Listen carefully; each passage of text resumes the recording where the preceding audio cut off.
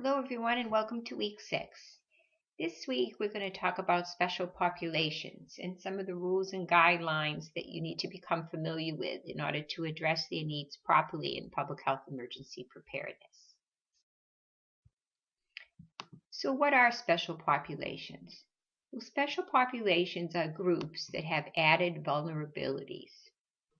So we discussed earlier in the course that there's no one public, but there are some groups within the general population that have additional needs that must be addressed in emergency preparedness. The populations we'll be discussing in our readings and trainings this week are the elderly, the disabled, children, and pets. So why is it important to study these? Well, think for a moment about each of these groups listed here. And think about how at each stage of preparedness and response, their needs might differ slightly from an able-bodied man and woman, for example. First, think about the elderly.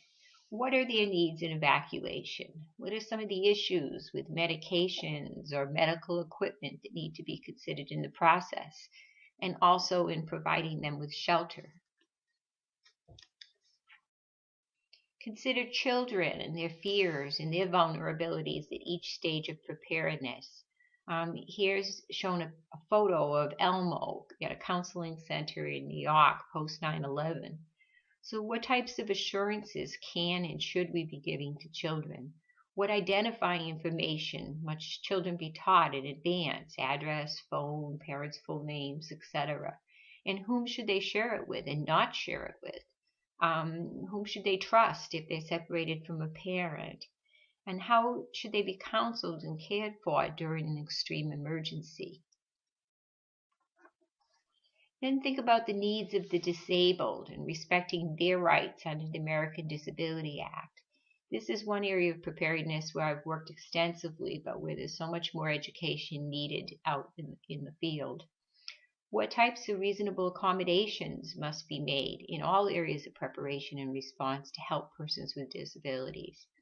You see here closed caption phones in a shelter in Colorado, and braille and large print preparedness brochures on the lower left, and an interview in the upper right with a person with disabilities post-Katrina to see how well her needs were met, both during evacuation and during sheltering. And what about pets? Well, there is advanced preparedness for emergencies with pets, such as making sure you have a pet carrier, 24-hour kits for your pets with food, water, and serving bowls, some way for your pet to carry that in case your pet must be separated from you, pet health records that need to be copied and included in the kit, and many more things to plan for in advance. Preparedness fairs usually include information on pet preparedness, as shown here with the aid of Hermes the cat on the upper left. It's also important to remember, though, that all pets, not service animals, are now recognized as a special population. And there are regulations in place post-Katrina to address their emergency needs, because legislation has finally recognized that keeping pets safe isn't only important for the animals, but also helps keep people safe, since most people love their pets and won't evacuate without them. So besides learning about these special populations and the laws that apply to them in your reading and trainings this week, you're also going to examine some of the challenges in understanding and implementing these by critiquing a media resource or communication from an actual emergency where these needs of some special population were not met. So that's all for week 6.